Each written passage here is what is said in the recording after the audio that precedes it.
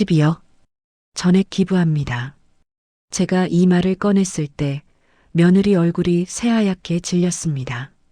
하지만 그건 나중 얘기고요. 우선 제가 왜 이런 결정을 내리게 됐는지 말씀드려야겠습니다. 저는 올해 73, 이종철입니다. 평생 중소기업 경영하며 가족 뒷바라지했고 5년 전 아내를 먼저 보낸 후 큰아들 집에서 살고 있습니다.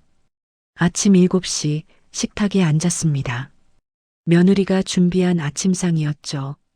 겉보기엔 그럴듯했습니다. 된장찌개에 계란말이, 김치까지. 서영아, 오늘 학교 과제 제출이지? 엄마가 챙겨놨어. 며느리 미선이 대학생인 손녀에게 말했습니다. 응, 엄마. 고마워. 여보, 오늘 회사에서 중요한 미팅 있다며? 넥타이 다려놨어. 그래, 고마워. 잘 먹겠습니다. 저도 숟가락을 들었습니다. 며느리, 오늘 내가 병원 가는 날인데. 네, 아버님. 고개도 안 돌리고 휴대폰만 보며 대답했습니다. 같이 좀 가줄 수 있나? 검사 결과 듣는 날이라. 아, 아버님. 오늘 제가 친구들이랑 약속이 있어서요. 택시비 드릴게요. 테이블에 5만 원짜리 한 장을 툭 놓았습니다. 마치 구걸하는 사람한테 동전 던지듯이요. 괜찮아, 할아버지. 내가 모셔다 드릴게. 손녀 서영이가 제 손을 잡았습니다. 야, 너 학교 가야지. 할아버지 혼자 가실 수 있어. 며느리가 차갑게 말했습니다. 엄마, 근데 할아버지가. 됐어, 서영아.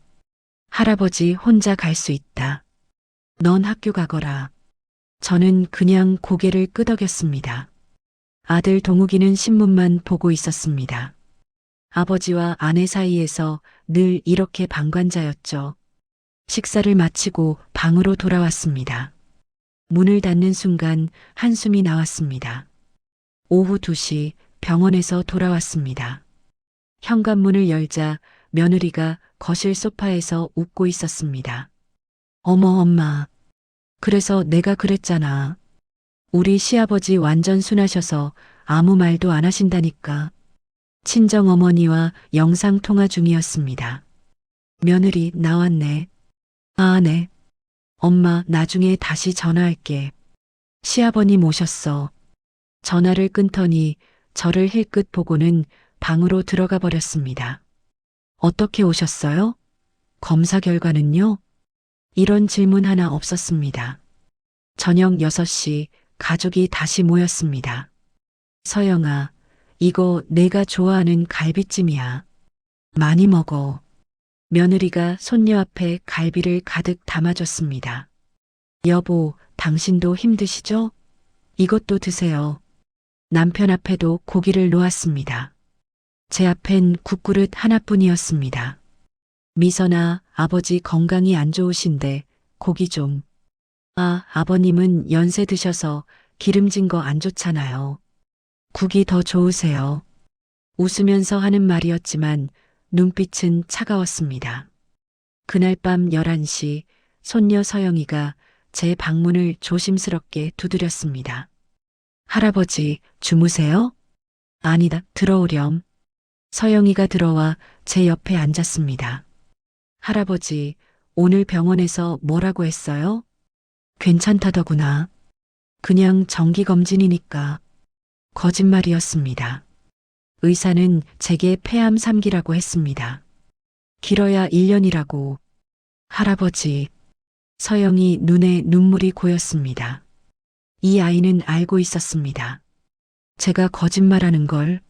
엄마가 친구들한테 그랬대요. 할아버지 재산 물려받으면 강남 아파트 산다고. 그 말을 듣는 순간 가슴이 무너졌습니다. 그래, 그렇게 말했구나. 할아버지, 저는 아니에요. 저는 할아버지가 제일 좋아요. 서영이가 제 손을 꼭 잡았습니다. 그날 밤 잠이 오지 않았습니다. 서랍에서 통장을 꺼냈습니다. 아내와 제가 40년간 모은 돈 12억 원. 원래는 아들들에게 반반씩 나눠주려고 했습니다. 하지만 이제 생각이 바뀌었습니다. 평생 가족을 위해 일했는데 제가 이 집에서 투명 인간이 된 지 오래였습니다. 며느리에게 저는 그냥 걸리적거리는 짐이었죠. 통장을 보며 결심했습니다. 내 돈은 나를 존중해주는 곳에 쓰겠다고. 다음 날 아침 저는 다시 병원에 갔습니다. 이번엔 정밀 검사 결과를 듣는 날이었습니다. 이종철 환자 보호자분 계십니까? 간호사가 대기실에서 호명했습니다. 주변 사람들이 저를 봤지만 제 옆엔 아무도 없었습니다. 저 혼자 왔습니다. 아, 네. 그럼 환자분께 직접 설명드리겠습니다. 진료실에 들어갔습니다. 의사 선생님 표정이 무거웠습니다. 이 부분 보이시죠? 폐암 3기입니다. 이미 림프절까지 전이가 됐고요. 얼마나 남았습니까? 적극적으로 치료하면 1년에서 1년 반 정도 예상됩니다. 1년. 제 생에 남은 시간이 1년이라는 게 실감이 나지 않았습니다. 항암 치료 시작하셔야 합니다. 다음 주부터 입원 준비해 주시고요. 보호자분과 상의하셔서 혼자 결정하겠습니다. 집으로 돌아오는 택시 안. 창밖을 보며 생각했습니다. 1년이면 손녀 서영이 대학 졸업도 못 보겠구나. 작은 아들 진호가 미국에서 오는 것도 마지막이 되겠구나. 현관문을 열었습니다. 거실에서 며느리가 친구들과 수다를 떨고 있었습니다. 언니 진짜? 강남 아파트 보러 갔어? 응, 어제 봤는데 완전 좋더라. 50평대인데 전망도 죽이고. 근데 그거 살 돈 있어? 있지. 우리 시아버지가 재산이 꽤 있거든. 나중에 물려받으면. 제가 기침을 했습니다. 며느리가 화들짝 놀라며 돌아봤습니다. 아, 아버님. 언제 오셨어요? 우리 못 들으셨죠? 웃고 있었지만 눈빛은 당황스러움으로 가득했습니다. 들었네. 다 들었어. 아버님, 그게 아니라 저희가 그냥 농담으로. 괜찮네. 자네 방 들어가 보게. 저는 제 방으로 들어갔습니다. 뒤에서 며느리 친구들이 웃으며 나가는 소리가 들렸습니다. 언니 걸렸네. 완전 어색했어. 에이, 괜찮아. 어차피 얼마 안 계실 거잖아. 연세가. 문을 닫았습니다. 더 이상 듣고 싶지 않았습니다. 저녁 6시 아들이 퇴근했습니다. 저는 거실로 나갔습니다. 가족에게 말해야 했습니다. 동우가 미선 씨, 서영아. 잠깐 앉아보게. 왜요, 아버지? 무슨 일 있으세요? 아들이 넥타이를 풀며 물었습니다. 오늘 병원에서 암 진단을 받았네. 폐암 3기라고. 잠시 침묵이 흘렀습니다. 아, 그러세요? 요즘 의학이 발달해서 금방 나으실 거예요. 며느리가 먼저 입을 열었습니다. 그런데 표정에 놀람도 슬픔도 없었습니다. 그저 무덤덤했습니다. 아버지, 심각한 건 아니죠? 치료하면 되는 거죠? 아들도 크게 동요하지 않았습니다. 1년 정도 남았다고 하더구나. 1년. 그래도 아직 시간 있잖아요. 너무 걱정 마세요. 며느리가 말했습니다. 그러더니 휴대폰이 울렸습니다. 아, 우리 엄마다. 여보세요? 엄마. 응, 나 괜찮아. 오늘? 괜찮지. 나 지금 갈게. 전화를 끊더니 저를 보며 말했습니다. 아버님, 죄송한데 우리 엄마가 좀 아프시대요. 제가 친정 좀 다녀올게요. 지금 내가 암이라는데? 아버님, 그래도 우리 엄마가 당장 급하시대요. 괜찮으시죠? 대답도 기다리지 않고 가방을 들고 나갔습니다.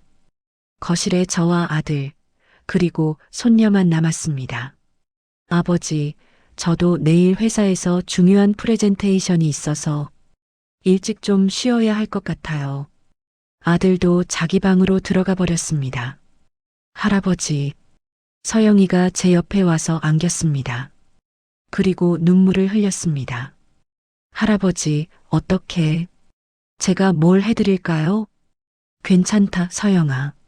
할아버지 괜찮아. 하지만 괜찮지 않았습니다. 제가 죽어간다는데 며느리는 친정에 가고 아들은 회사 걱정만 했습니다. 그날 밤 방에 누워 천장을 봤습니다. 아내가 살아있었다면 어땠을까? 아내는 제 손을 꼭 잡고 같이 울어줬을 겁니다.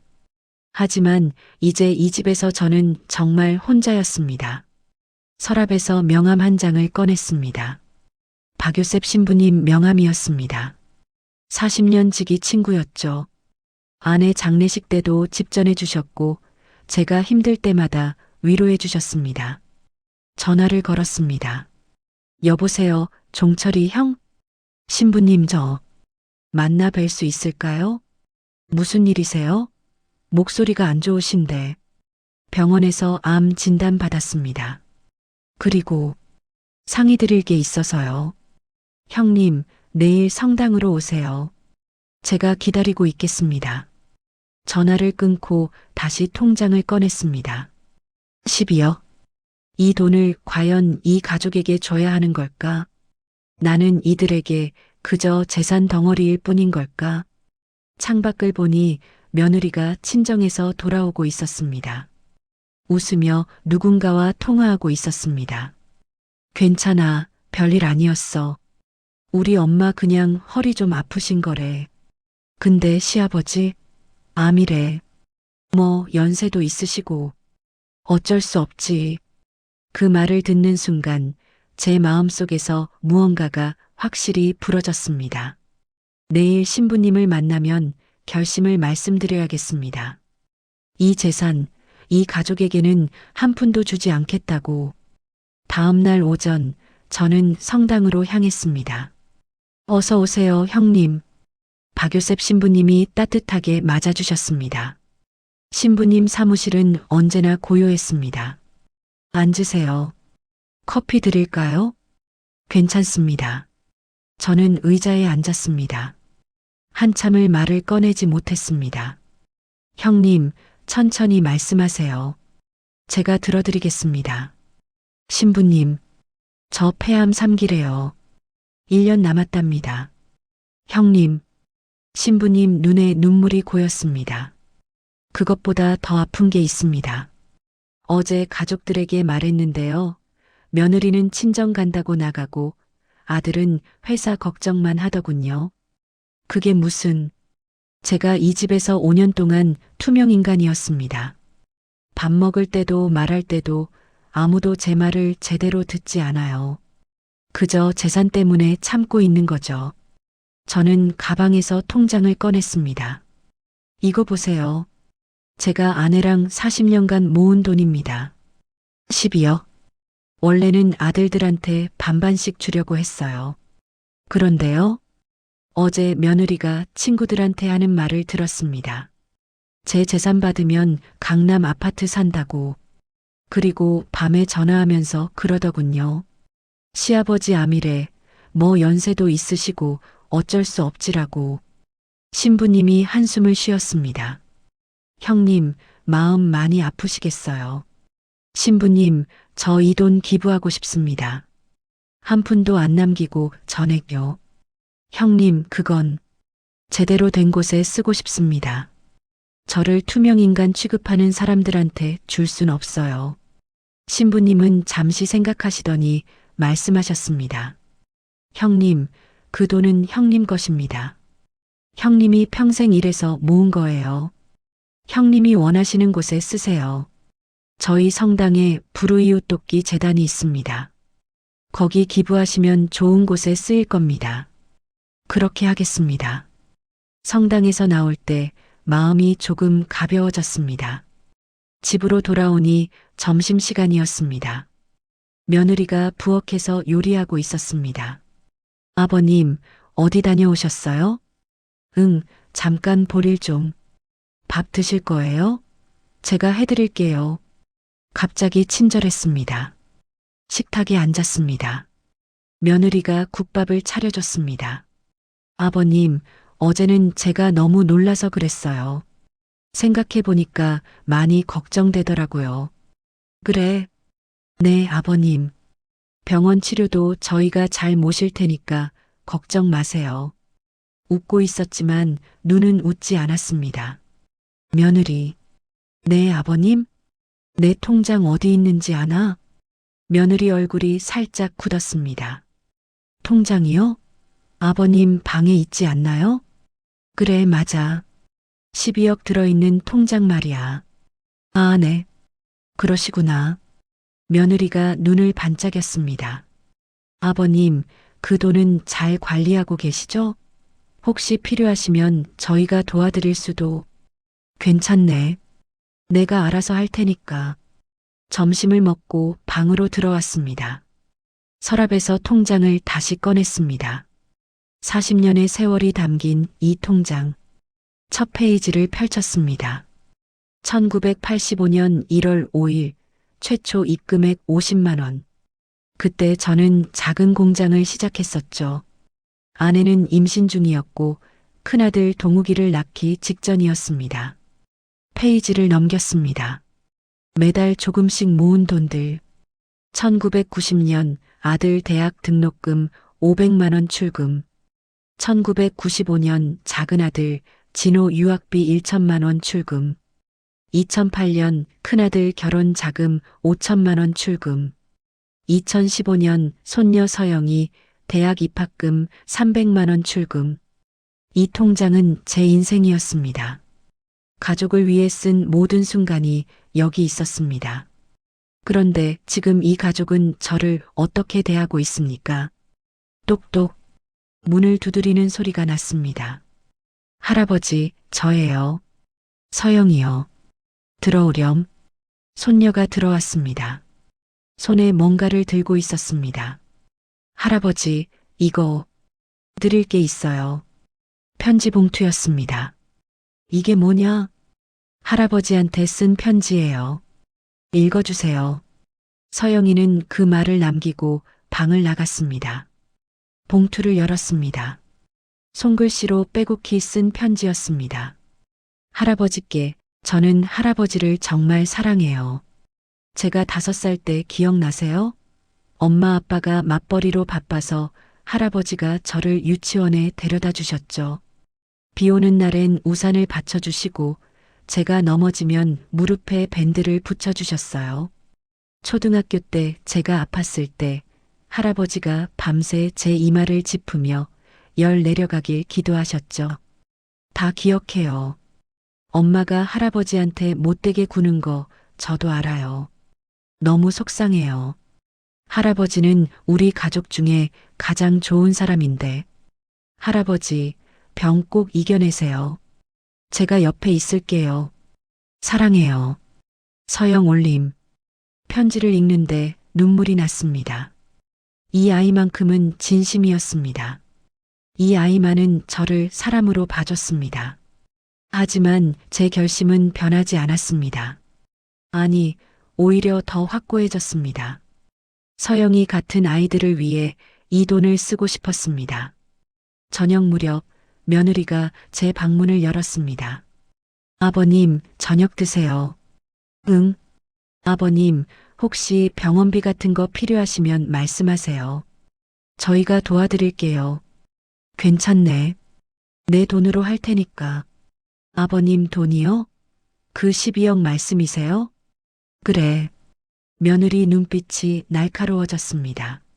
아버님, 그 돈 함부로 쓰시면 안 돼요. 나중에 저희한테. 자네한테? 왜 자네한테 줘야 하지? 그야. 저희가 아버님 모시고 있잖아요. 모신다고? 투명인간 취급하면서 며느리 얼굴이 굳었습니다. 아버님 무슨 말씀을. 됐네.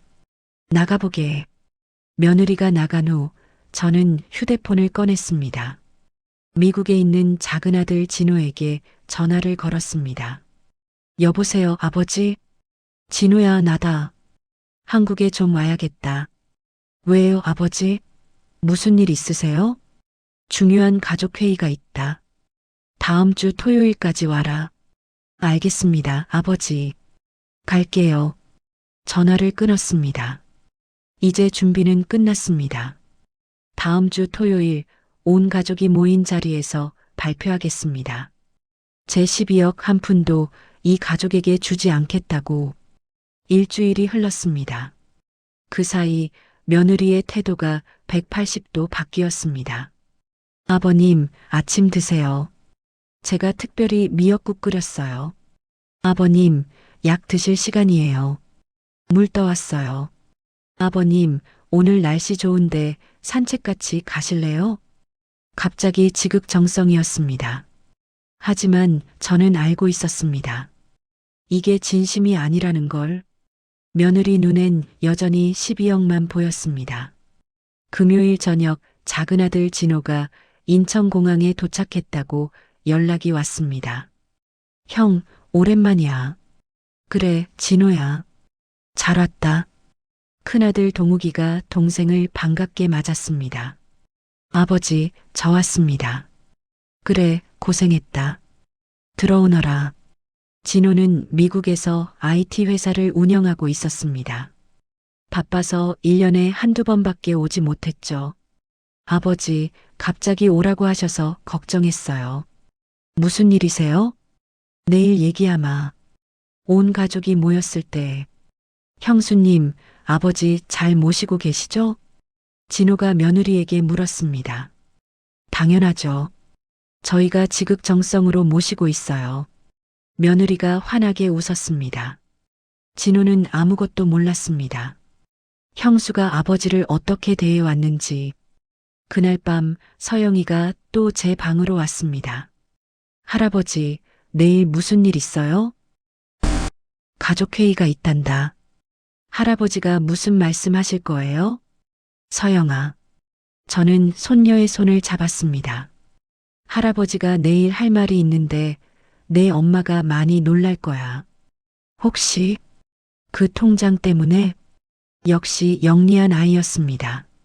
그래. 할아버지가 결정한 게 있어. 할아버지, 엄마가 요즘 이상하게 잘해주죠? 저도 알아요. 가짜라는 거 알고 있구나. 할아버지, 저는 할아버지 편이에요. 뭘 하시든 저는 지지해요.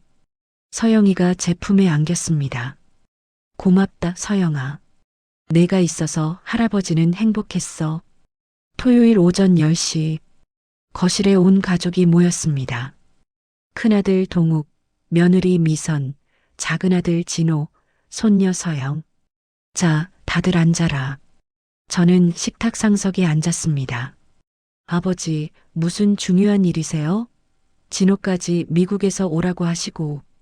큰아들이 물었습니다. 진호야, 너한테 먼저 말해야겠다. 나 병원에서 폐암 3기 진단받았어. 예, 아버지가요? 진호가 깜짝 놀랐습니다. 형, 그걸 왜 이제 말해? 나는 전혀 몰랐는데. 미안하다. 내가 멀리 있어서. 아버지, 치료는요? 병원은 다니세요?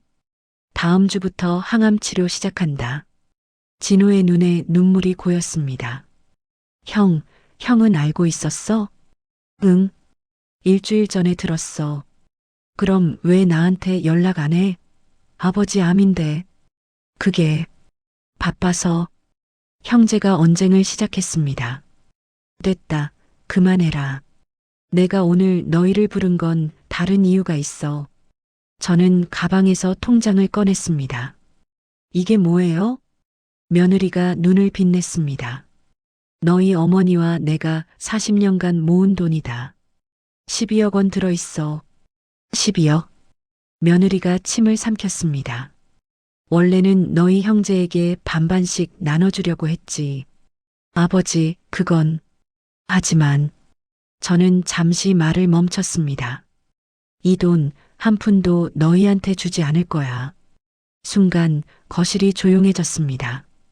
네, 아버지, 지금 무슨 전액 성당 불우이웃 돕기 재단에 기부하기로 했어. 아버지, 큰아들이 소리쳤습니다. 며느리 얼굴이 새하얗게 질렸습니다. 아버님, 농담이시죠? 12억을 전부 기부한다고요? 농담 아니야. 이미 신부님과 약속했어. 다음 주에 서류 작성한다. 안 돼요. 며느리가 벌떡 일어섰습니다. 아버님, 그건 안 돼요. 저희가 아버님 모시고 있는데 어떻게 한 푼도 안 주실 수가 있어요? 모시고 있다고? 지난 5년간 나한테 어떻게 했는지 모르나? 저희가 잘못한 게 뭐가 있어요? 투명인간 취급했지. 밥 먹을 때 내 말은 한 번도 제대로 듣지 않았어. 나한테 관심도 없었고, 그건 며느리가 말을 잇지 못했습니다. 지난주에도 들었어. 내가 친구들한테 한 말. 내 재산으로 강남 아파트 산다고 했지? 그건 제가 잠깐 농담으로. 어제 밤에도 들었어. 남편한테 하는 말. 시아버지 돈 절대 기부하게 놔두면 안 된다고 했지? 며느리가 할 말을 잃었습니다. 아버지, 그래도 이건 너무하시는 거 아닙니까? 형수가 잘못했으면 사과하면 되는 거지. 왜 전 재산을? 큰아들이 말했습니다. 동우가, 저는 큰아들을 똑바로 봤습니다. 너도 마찬가지야. 지난 5년간 너도 나한테 무관심했어. 내가 암이라고 했을 때도 회사 걱정부터 했지. 아버지, 진호야. 네, 아버지. 너는 멀리 있어서 몰랐겠지만 형님 내외가 나한테 어떻게 했는지 알아야 해. 그때였습니다. 할아버지 말이 맞아요. 서영이가 일어섰습니다. 서영아, 너. 며느리가 딸을 말렸습니다. 엄마, 나 더 이상 못 참겠어. 엄마가 할아버지한테 어떻게 했는지 다 말할 거야. 서영아, 입 다물어. 싫어요. 할아버지 아프다고 했을 때 엄마가 뭐라고 했는지 다 들었어요. 연세도 있으시고 어쩔 수 없다고 했잖아요. 진호가 형수를 봤습니다. 형수님, 그게 정말이에요? 며느리가 대답하지 못했습니다. 그리고 엄마는 매일 할아버지 무시했어요. 밥 먹을 때도 할아버지 말은 안 듣고 할아버지 방에는 가장 작은 방 주고 반찬도 할아버지 것만 부실하게 줬어요. 형수님, 진호의 목소리가 떨렸습니다. 아버지, 죄송합니다. 제가 몰랐어요. 형수님이 잘 모시고 계신 줄 알았어요. 며느리가 갑자기 무릎을 꿇었습니다. 아버님, 잘못했어요. 제가 정말 잘못했어요. 용서해 주세요. 다시는 그러지 않을게요. 눈물을 흘리고 있었지만 그 눈물이 진심인지 의심스러웠습니다. 이제 와서 소용없어. 내 결심은 확고해. 아버님, 제발이요. 12억까지는 아니더라도 조금만이라도. 한 푼도 없어. 저는 자리에서 일어났습니다. 다음 주 월요일에 신부님과 기부 서류 작성할 거야. 너희는 한 푼도 기대하지 마라. 제 방으로 들어가며 뒤를 돌아봤습니다. 며느리는 바닥에 주저앉아 울고 있었고 큰아들은 멍하니 서 있었습니다. 진호는 형을 노려보고 있었고 서영이만 저를 향해 고개를 끄덕였습니다. 가족이 산산조각 나는 순간이었습니다. 그날 밤 집안은 전쟁터가 됐습니다. 형, 어떻게 이럴 수가 있어? 아버지가 암인데 형수님은 뭐 했어? 진호의 목소리가 거실에서 들렸습니다. 내가 뭘 어떻게 해? 나도 회사 다니느라 바빴어. 바빠? 아버지가 죽어가신다는데 바빠? 야, 이 자식아. 너는 미국에서 편하게 살면서 뭘 알아?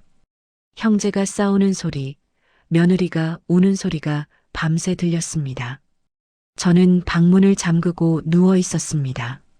가슴이 답답했습니다. 이게 제가 원한 건 아니었는데. 똑똑. 새벽 2시쯤 누군가 제 방문을 두드렸습니다. 할아버지, 저예요. 서영이었습니다.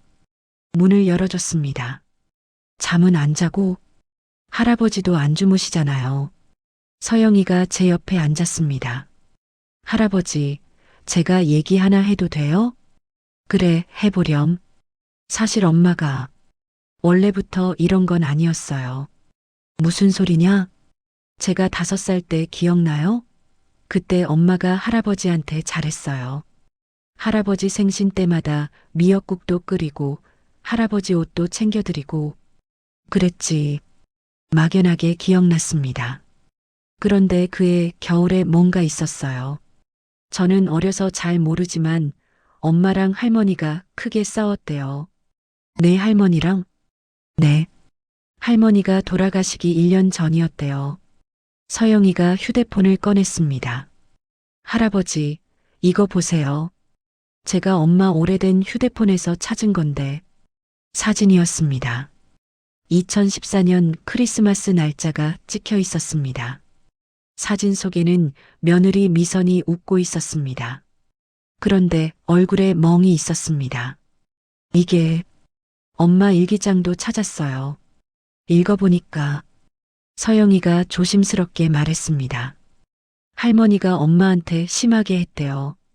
맨날 구박하고 친정 욕하고 집안일 못한다고 혼내고 한 번은 엄마가 설거지하다가 접시 깨뜨렸는데 할머니가 엄마 뺨을 때렸대요. 저는 아무 말도 할 수 없었습니다. 할아버지는 몰랐어요? 나는 회사 일로 바빠서 집안일은 내 할머니가 다 했어. 그때가 떠올랐습니다. 아내가 살아있을 때 며느리는 늘 조용했습니다. 아내 눈치를 보며 살았죠. 한 번은 며느리가 눈물을 흘리는 걸 본 적이 있었습니다. 왜 우나? 라고 물었더니 아무것도 아니에요 라고 했었죠. 그때 제대로 물어봤어야 했는데 할아버지, 엄마 일기장에 이런 말도 있었어요. 시어머니는 나를 며느리가 아니라 하인으로 본다. 시아버지는 아무것도 모른다. 남편은 엄마 편만 든다. 나는 이 집에서 혼자다. 가슴이 철렁했습니다. 그래서 엄마가 할머니 돌아가신 후에 변한 거예요. 할아버지한테 차갑게 대한 건 아마 할아버지가 그때 아무것도 안 해주셔서 그런 것 같아요. 내가 몰랐어. 할아버지가 나쁜 건 아니에요. 그냥 몰랐던 거잖아요. 서영이가 제 손을 잡았습니다. 그래도 엄마가 할아버지한테 한 것도 잘못이에요. 하지만 엄마도 이유가 있었던 거예요. 저는 한참을 말이 없었습니다. 아내가 며느리를 괴롭혔다고 나는 정말 몰랐던 걸까? 아니, 어쩌면 알면서도 모른 척한 건 아닐까? 다음 날 아침, 며느리가 제 방문 앞에서 기다리고 있었습니다. 아버님, 제가 할 말이 있어요. 들어오게. 며느리가 들어와 제 앞에 앉았습니다. 눈이 퉁퉁 부어 있었습니다. 아버님, 제가 아버님한테 잘못한 거 압니다. 변명 안 할게요. 그래. 하지만 아버님도 아셔야 해요. 시어머니가 저한테 어떻게 하셨는지. 며느리가 휴대폰을 꺼냈습니다. 이거 보세요. 오래된 녹음 파일이었습니다. 재생 버튼을 눌렀습니다. 너는 그것도 못해? 우리 집 며느리가 이 모양이야? 아내 목소리였습니다. 어머님, 제가 처음이라 서툴러서. 며느리의 떨리는 목소리. 처음이면 배우면 되지. 너 친정에서 뭘 배웠어? 맨날 놀기만 했지? 어머님, 그게 아니라. 시어머니한테 말댔구야. 너 버릇없이 컸구나. 찰싹 뺨 맞는 소리가 들렸습니다. 저는 녹음을 멈췄습니다. 그만. 됐어. 아버님, 이런 일이 3년 동안 계속됐어요. 저는 매일 울었어요. 남편한테 말했지만 남편은 엄마 성격이 원래 그래. 참아라고만 했죠. 며느리 눈에서 눈물이 흘렀습니다. 저도 처음엔 아버님을 존경했어요. 하지만 아버님은 아무것도 안 하셨어요. 아내가 며느리를 때리는데도 욕하는데도 그냥 회사 일만 하셨죠. 내가 몰랐어. 몰랐던 게 아니에요. 보고도 외면하신 거예요. 그 말이 가슴에 박혔습니다. 시어머니 돌아가시고 나서 저는 다짐했어요. 다시는 이 집에서 당하지 않겠다고. 저도 사람이에요. 존중받고 싶어요. 그래서 나한테 복수한 거냐? 복수라기보다는 저도 모르게 그렇게 됐어요. 아버님 보면 시어머니가 생각나고 그때의 상처가 떠올라서 며느리가 고개를 숙였습니다. 하지만 제가 잘못했어요. 아버님은 시어머니가 아닌데 저는 아버님한테 화풀이 했어요. 거실에서 큰아들이 들어왔습니다. 아버지, 저도 할 말이 있습니다. 너도? 제가 엄마 편만 들었습니다. 미선이가 힘들어하는 걸 알면서도 그냥 참아라고만 했어요. 그게 아내를 더 힘들게 만들었고 결국 아버지한테까지 그런 태도를 갖게 만들었습니다. 아들이 무릎을 꿇었습니다. 아버지, 용서해 주세요. 제가 중간에서 제 역할을 못했습니다. 저는 창밖을 봤습니다. 5년간 저는 며느리를 원망했습니다.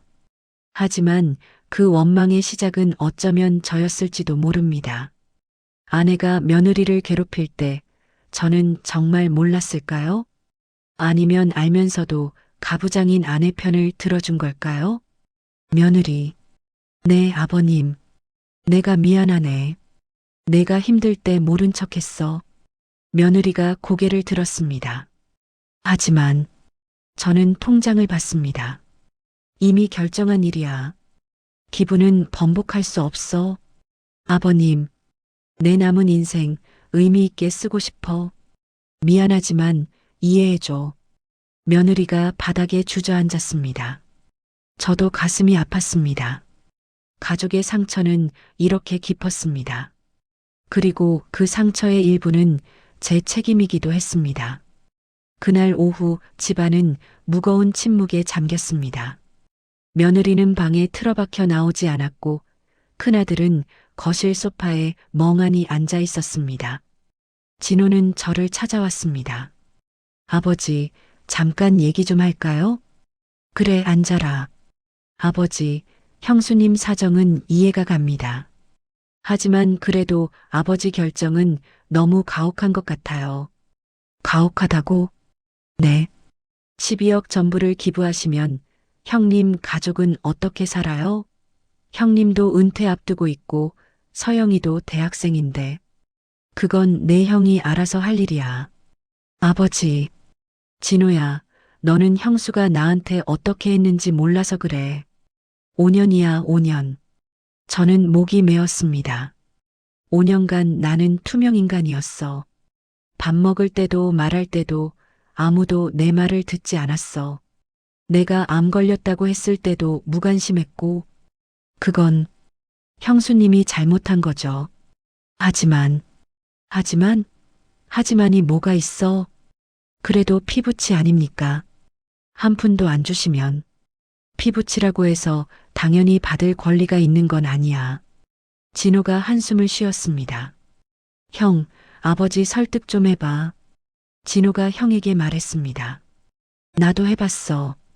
아버지 마음이 확고하셔. 그럼 어떡해? 이러다가 가족이 완전히 갈라서는 거 아니야? 그때 며느리 방문이 열렸습니다. 며느리가 나왔는데 화장을 다시 하고 옷도 말끔히 갈아입었습니다. 아버님, 왜? 며느리가 제 앞에 무릎을 꿇었습니다. 아버님, 제발 한 번만 더 생각해 주세요. 저 정말 뉘우치고 있어요. 일어나게. 이미 결정한 일이야. 아버님, 서영이 생각해서라도요. 서영이는 아버님 편이었잖아요. 그 아이만이라도. 서영이한테는 내가 따로 뭔가 해줄 생각이야. 그게 아니라, 아버님, 저희 집이 지금 빚이 많아요. 빚? 네. 남편 회사가 어려워서 대출을 많이 받았어요. 거의 3억이에요. 큰아들이 고개를 숙였습니다. 그래서 아버님 재산이 절실했어요. 정말 간절했어요. 그래서 제가 그렇게 된 거예요. 며느리가 울기 시작했습니다. 결국 돈 때문이었구나. 아버님, 처음부터 끝까지 돈이었어. 나를 사람으로 본 게 아니라 돈덩어리로 봤던 거지. 아니에요. 처음엔 진심이었어요. 하지만 빚에 쪼들리다 보니까 제가 이상해졌어요. 됐네. 그만 일어나. 며느리가 제 바지를 붙잡았습니다. 아버님, 제발이요. 전부는 아니더라도 조금만이라도요. 저희 빚만이라도 갚을 수 있게. 저는 며느리 손을 뿌리쳤습니다. 며느리가 바닥에 쓰러졌습니다. 당신은 변한 게 없어. 여전히 돈만 보고 있잖아. 형수님, 이제 그만해요. 진호가 형수를 일으켰습니다. 아버지가 그렇게 말씀하시는데 더 이상은 안 돼. 며느리가 소리쳤습니다. 3억 빚을 어떻게 갚아요? 우리 집 압류될 수도 있어요. 그건 내 남편이 해결할 일이야. 큰아들이 벌떡 일어났습니다. 아버지, 그럼 저는 어떡하란 말입니까? 저도 아버지 아들이에요. 너도 5년간 나한테 무관심했어. 제가 회사 다니느라 바빴잖아요. 바빠도 부모는 챙겨야지. 아버지가 너무하십니다. 아들이 소리쳤습니다. 제가 뭘 그렇게 잘못했습니까? 매달 용돈도 드렸고 병원도 모셔다 드렸고 용돈? 한 달에 30만 원 주면서 효도했다고 생각하나? 그럼 얼마를 드려야 하는데요? 돈이 문제가 아니야. 마음이야, 마음.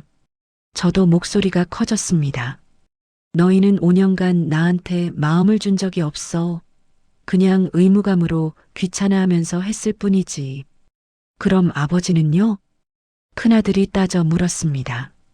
아버지는 우리한테 마음을 주셨어요? 제가 어렸을 때 아버지는 맨날 회사만 다니셨잖아요. 제 졸업식도 안 오셨어요. 제가 상 받아도 관심 없으셨어요. 맨날 일만 하셨죠. 가슴이 철렁했습니다. 그건 동생 진호만 예뻐하셨어요.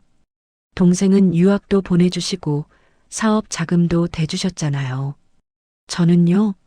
저는 장남이라고 알아서 하라고만 하셨어요. 형, 그건 아니잖아. 진호가 말렸지만 형은 멈추지 않았습니다. 아버지도 저한테 무관심하셨어요. 그런 아버지한테 제가 뭘 어떻게 해드려야 하는데요? 동우가 이제 와서 효도 안 했다고 재산 안 주신다고요? 웃기지 마세요. 큰아들이 현관문을 박차고 나갔습니다. 여보, 며느리가 뒤따라 나갔습니다. 거실에 저와 진호만 남았습니다. 아버지, 형 말이 맞는 것도 있어요. 너마저. 아버지가 형한테는 좀 무심하셨어요. 저는 막내라 귀여움 받았지만 형은 맨날 혼나기만 했잖아요. 저는 소파에 주저앉았습니다. 정말 그랬습니까? 큰아들한테 무심했나요? 기억을 더듬어 봤습니다. 큰아들 대학 졸업식 날 저는 회사 미팅이 있어서 못 갔습니다. 큰아들이 첫 직장 잡았을 때도 축하한다는 말 한마디 안 했습니다. 큰아들 결혼식 날도 저는 하객들 챙기느라 아들이랑 제대로 얘기도 못 했습니다. 내가 잘못했구나. 그날 밤 큰아들 내외는 집에 들어오지 않았습니다. 진호가 형한테 전화했지만 받지 않았습니다. 저는 방에 혼자 누워 있었습니다. 가슴이 답답했습니다. 숨쉬기가 힘들었습니다. 손이 저리고 식은땀이 났습니다. 가슴을 움켜쥐었습니다. 아버지, 진호가 달려왔습니다. 아버지, 괜찮으세요? 119, 불러라. 그게 마지막으로 기억나는 말이었습니다. 눈앞이 캄캄해졌습니다. 구급차 사이렌 소리가 들렸습니다. 혈압 떨어지고 있습니다. 산소포화도 확인. 응급구조사들의 목소리가 희미하게 들렸습니다. 그리고 저는 의식을 잃었습니다. 마지막으로 떠오른 건 서영이의 얼굴이었습니다. 미안하다, 서영아. 할아버지가 너한테 제대로 된 가족 하나 남겨주지 못해서. 환자 보호자분 계십니까? 희미하게 의사 목소리가 들렸습니다. 눈을 뜨려고 했지만 눈꺼풀이 너무 무거웠습니다. 아버지, 진호 목소리였습니다. 의사 선생님, 우리 아버지 괜찮으신 거죠? 급성 심근경색이었습니다. 응급시술했고 지금은 안정을 찾으셨습니다만, 만요? 암 상태가 좋지 않으십니다. 게다가 이번 심근경색으로 심장도 많이 약해지셨어요. 그럼 얼마나 더 사실 수 있어요? 길어야 한두 달입니다. 한두 달. 그 말이 또렷하게 들렸습니다. 형, 어떻게? 아버지가, 진호가 우는 소리가 들렸습니다. 겨우 눈을 떴습니다. 천장이 하얗게 보였습니다. 아버지, 정신 차리셨어요? 진호가 제 손을 잡았습니다. 여기가 어디냐? 병원이에요. 아버지 쓰러지셔서 응급실 오신 거예요. 고개를 돌리니 큰아들도 서 있었습니다. 눈이 빨갛게 부어 있었습니다. 아버지, 동욱이, 죄송합니다, 아버지. 제가 너무 심하게 말씀드렸어요. 큰아들이 제 침대 옆에 무릎 꿇었습니다. 괜찮다. 내 말이. 맞아. 아니에요. 제가 잘못했어요. 아버지가 평생 저희 위에 일하신 건데 제가 그것도 모르고 며느리도 옆에 서 있었습니다. 아버님, 살아계셔 주셔서 감사해요. 며느리 눈에서 눈물이 흘렀습니다. 이번엔 진짜 눈물 같았습니다. 서영이는 제가 여기 있어요, 할아버지. 손녀가 제 다른 손을 잡았습니다. 할아버지, 무서웠어요. 할아버지 잃을 뻔했어요. 미안하다. 할아버지가 숨쉬기가 힘들었습니다. 의사가 들어왔습니다. 보호자분들, 환자분이 많이 약하십니다. 너무 오래 계시면 안 되고요. 하실 말씀 있으시면 지금 하시는 게 좋을 것 같습니다. 그 말에 가족들 얼굴이 굳었습니다. 아버지, 큰아들이 제 손을 꼭 잡았습니다. 제가 고백할 게 있어요. 무슨, 제가 아버지 미워했어요. 어렸을 때부터 아버지는 맨날 동생만 예뻐하시고 저는 장남이라고 혼내기만 하셨잖아요. 동우가. 그래서 저도 아버지한테 마음을 안 줬어요. 의무감으로만 모셨어요. 그게 미선이한테까지 영향을 준 거예요. 며느리가 말했습니다. 제 잘못도 있어요. 남편이 시아버님한테 서운해하는 걸 보면서 저도 거리를 뒀어요. 그리고 시어머니한테 당한 상처를 아버님한테 풀었어요. 저는 천천히 말했습니다. 내가 미안하다. 동우가 너한테 잘못했어. 아버지, 너도 사랑했어. 다만 표현을 못했을 뿐이야. 눈물이 흘렀습니다. 장남이라고 너한테 기대가 컸어. 그래서 더 엄하게 했던 거야. 아버지, 그만하세요. 말씀 많이 하시면 안 돼요. 아니야.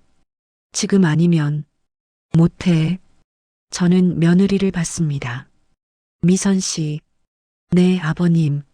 내가 내 고생 몰라줘서 미안해. 아버님, 내 시어머니가 너한테 그렇게 했는데 나는 모른 척했어.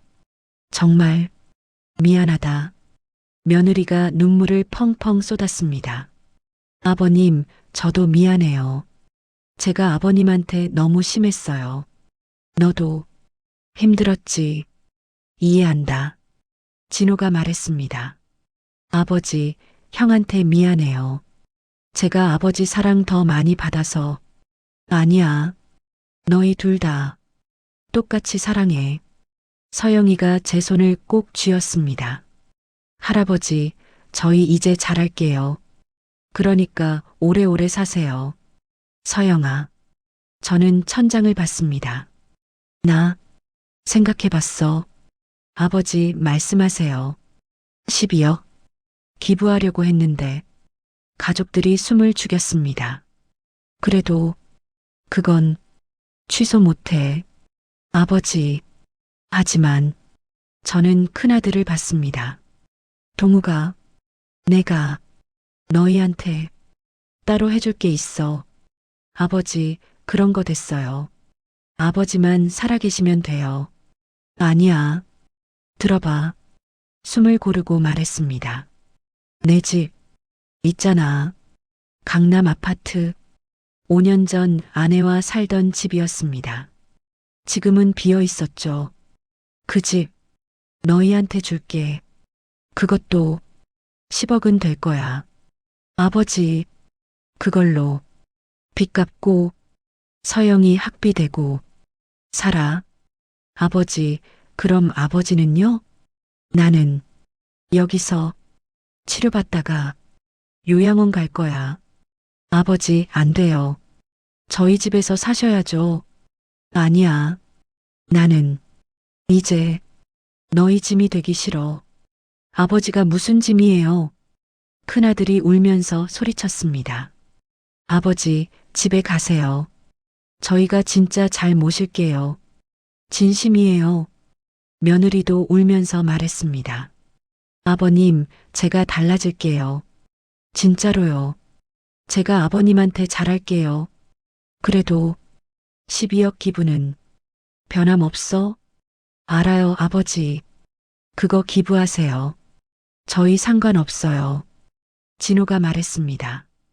형 집으로 충분해요. 그리고 아버지, 저도 형 도와줄게요. 제가 형 빚 갚는 거 좀 보태드릴게요.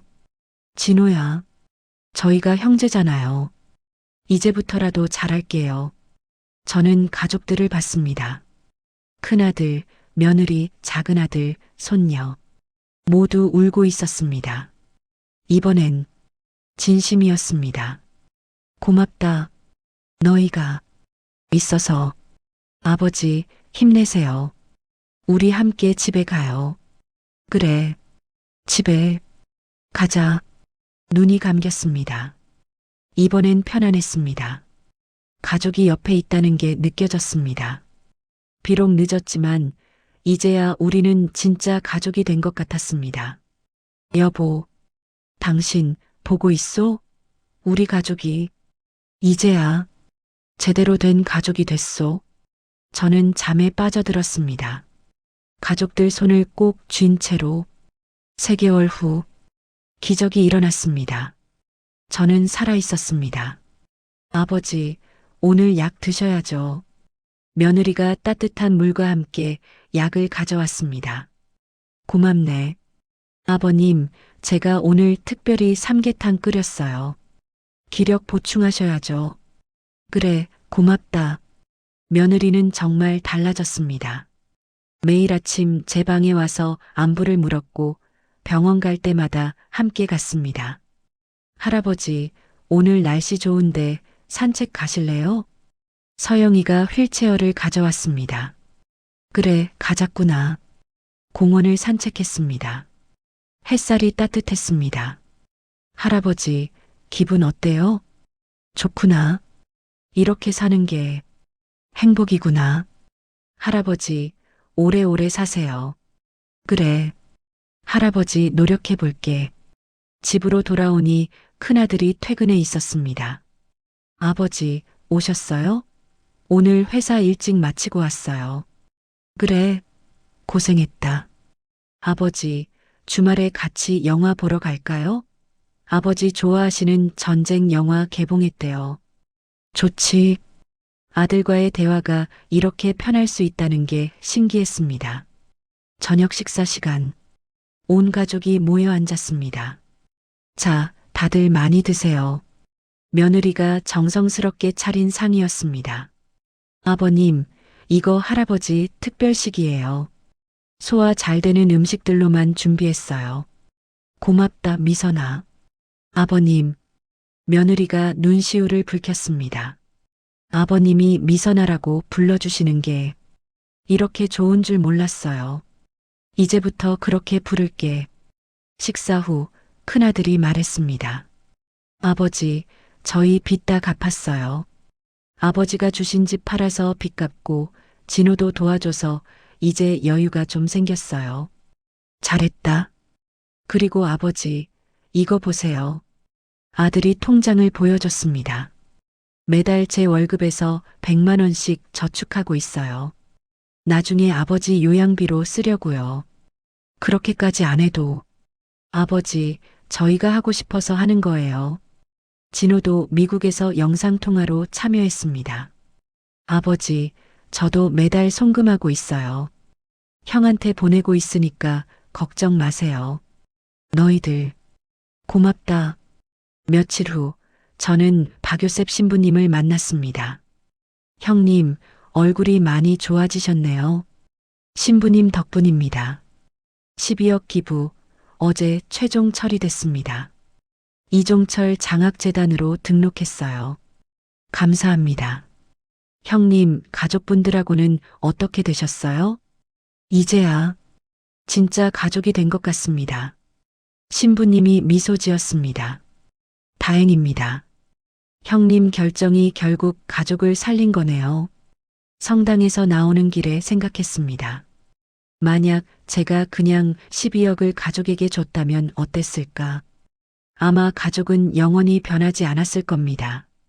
돈을 주고 나서도 그들은 저를 돈으로만 봤겠죠. 하지만 제가 그 돈을 포기하겠다고 했을 때 그들은 비로소 깨달았습니다. 돈보다 중요한 게 있다는 걸. 한 달 후, 이종철 장학재단 첫 장학금 전달식이 있었습니다. 저는 휠체어를 타고 그 자리에 참석했습니다. 가족도 함께였습니다. 이번 장학금 수혜자는 총 20명입니다. 모두 어려운 환경에서도 열심히 공부하는 학생들이죠. 신부님이 설명했습니다. 학생들이 한 명씩 나와 장학 증서를 받았습니다. 할아버지, 감사합니다. 저 이 돈으로 꼭 훌륭한 의사가 되겠습니다. 한 여학생이 눈물을 흘리며 말했습니다. 할아버지, 저는 엄마 없이 할머니랑 살아요. 할아버지 덕분에 대학 갈 수 있게 됐어요. 한 남학생이 고개 숙여 인사했습니다. 가슴이 뭉클했습니다. 이거구나. 이게 내가 찾던 의미구나. 행사가 끝나고 서영이가 말했습니다. 할아버지, 저도 여기서 봉사활동하고 싶어요. 그래. 네. 할아버지가 하신 일을 저도 이어가고 싶어요. 고맙다, 서영아. 며느리가 다가왔습니다. 아버님, 저도 여기서 봉사 좀 해도 될까요? 물론이지. 아버님이 하신 일이 이렇게 큰 일인 줄 몰랐어요. 정말 자랑스러워요. 그날 저녁 집으로 돌아와 서재에 앉았습니다. 책상 서랍을 열고 편지지를 꺼냈습니다. 각 가족에게 편지를 쓰기 시작했습니다. 동우가, 너는 좋은 아들이었다. 다만 아버지가 표현을 못했을 뿐이야. 장남이라고 너한테 기대가 컸고 그래서 엄하게 대했어. 하지만 너는 늘 내 자랑이었어. 앞으로 내 가족 잘 지켜라. 너는 좋은 남편이고 좋은 아버지야. 사랑한다, 아들아. 미선아, 시어머니가 너한테 그렇게 했는데도 끝까지 이 집을 지켜줘서 고맙다. 내가 얼마나 힘들었을지 이제야 안다. 앞으로는 행복하게 살아라. 넌 강한 사람이야. 좋은 며느리였어. 진우야, 막내라고 너무 예뻐만 해서 미안하다. 그것 때문에 형과 사이가 나빠질 뻔했지. 앞으로 형 잘 도와줘라. 너희는 피를 나눈 형제야. 아버지는 너희 둘 다 똑같이 사랑한다. 서영아, 할아버지 인생에서 가장 큰 기쁨은 너였어. 내가 있어서 할아버지는 행복했어. 이 12억은 너 같은 아이들을 위해 쓰일 거야. 그게 할아버지가 세상에 남기는 의미 있는 일이란다. 할아버지는 너를 정말 많이 사랑해. 편지를 다 쓰고 봉투에 넣어 서랍에 보관했습니다. 창밖을 보니 달이 떠 있었습니다. 여보, 보고 있소? 돌아가신 아내에게 속으로 말했습니다. 우리 가족, 이제 제대로 된 가족이 됐소. 늦었지만 다행이요. 며칠 후 저는 가족들을 불렀습니다. 다들 모여봐라. 거실에 가족이 모였습니다. 할아버지, 무슨 일이세요? 오늘은 가족 사진 찍으려고. 가족 사진이요? 그래. 우리 가족 제대로 된 사진 한 장 없잖아. 사진사를 불렀습니다. 온 가족이 소파에 모여 앉았습니다. 저는 가운데 앉았고 양옆에 아들들이 뒤에 며느리와 서영이가 섰습니다. 자, 하나, 둘, 셋. 찰칵. 사진이 찍혔습니다.